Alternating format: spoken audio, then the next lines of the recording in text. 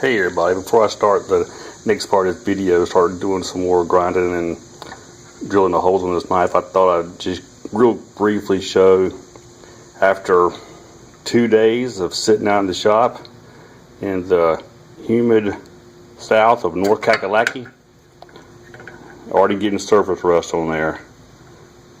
That's how humid and muggy it is in North Carolina right now. Alright, moving on.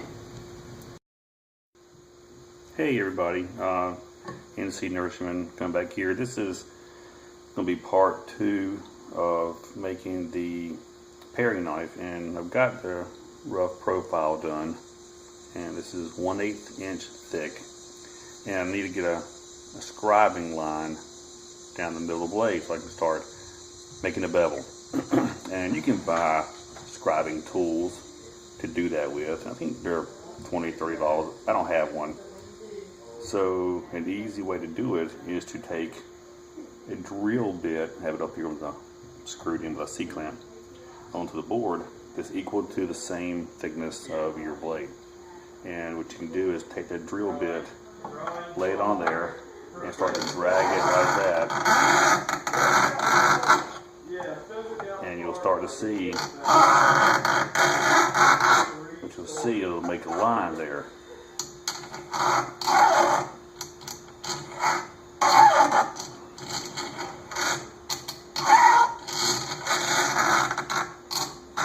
Try to keep it flat.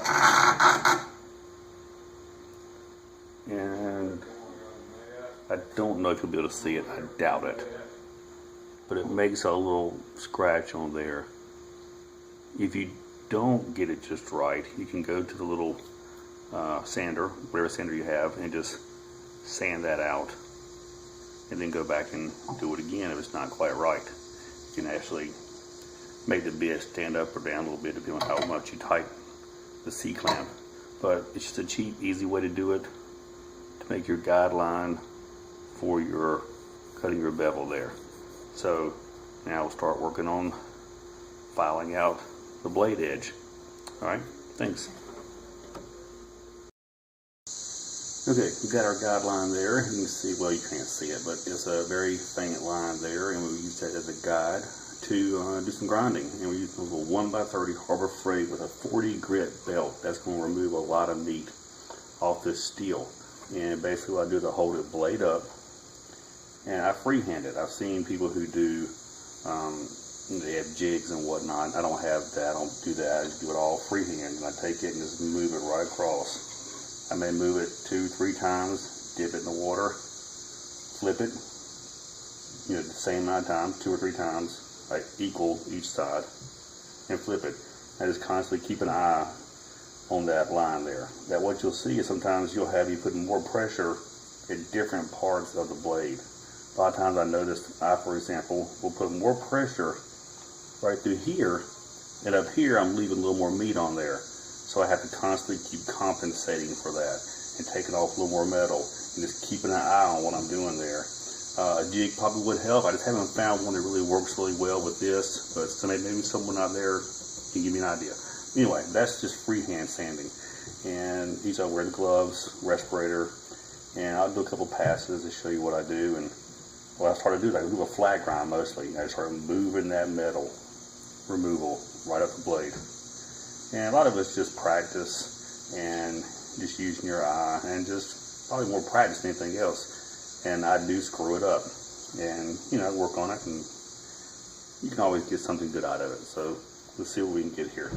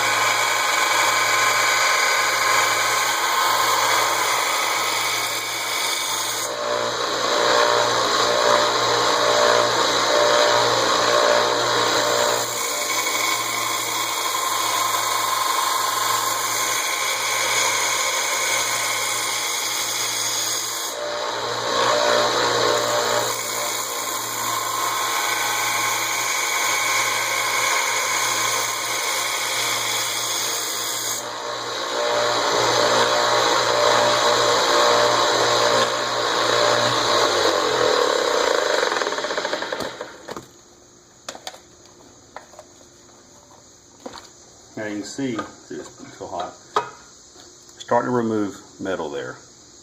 What I'm going to do is I'm going to keep working on that to get this metal down where I want it, not completely down to that edge. So what I want to do is leave a little thickness here. So when I do the heat treating, it doesn't cause the edge to crack or you know, it will crack and split. So I'm going to take a little more meat. I'm going to start moving this line up, but I'm not going to use this 40 grit for very long. I'm going to move up to an 80 grit, and then I'll probably take it up to, I think I have next like a 220 grit. And I'm going to get this all the way up, but instead of making me wash that, I'm going to just come back and show you what I've done. And after that, that's when I'll do the heat treating. But an important thing is, notice your line, keep track of where you're at, try to make the sides even. It's just a lot of practice. And leave some meat right here so you have some thickness, so when you do your heat treating, it doesn't crack on you. All right, well, be back soon. Thanks. Okay, I wanted to show you, I just did a rough grind on this using 40 grit, old 40 grit, not a new 40 grit. And you can see it is done pretty well on there. You see, I don't know if you can see it, but there's a little bit of the edge right there where it moves the metal, takes the metal off all the way up and makes that slight line. That's really what I'm going for. You can see it right. Water. See that line right there? That's kind of what I'm going for. And see that big bevel? I'm pretty much putting it almost flat, just almost flat against this belt. Maybe with a slight bit of pressure inward, but I'm really going. You'll see it. You'll see the metal being removed as you're going along. And sometimes you'll get wavy where you get your hands are moving funny. But I put it almost flat down there. But I want to show you where I mentioned earlier. If it'll show, if it'll focus. Let's see if it will or not. Where let me move it over here.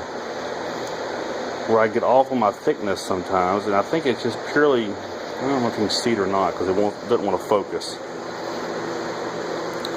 Let's see if I put it at an angle. Maybe not. Come on, baby. Alright, well, I was trying to show you that along right here, I was getting thinner than I was up here. Now, I mentioned earlier, that's just something I tend to do. It's the way I hold it, the way I move, the way much pressure I put on there. But what I end up having to do is come back and do some fine work on a smaller grit belt. But you know, I left some meat on there, like I told you about. Leave some thickness on there because we're going to go to the forge next and heat this thing up, and then do a quench. Oh, now it wants to focus. Anyway, so there you go. That's what I did. A really flat grind on a 40 grit. I'll do a heat treat. I'll come back, do another grind. I might even move right to a 120. I haven't decided yet because I really like the way the bevel is on here. It's one of the cleanest ones I've done in a while here now.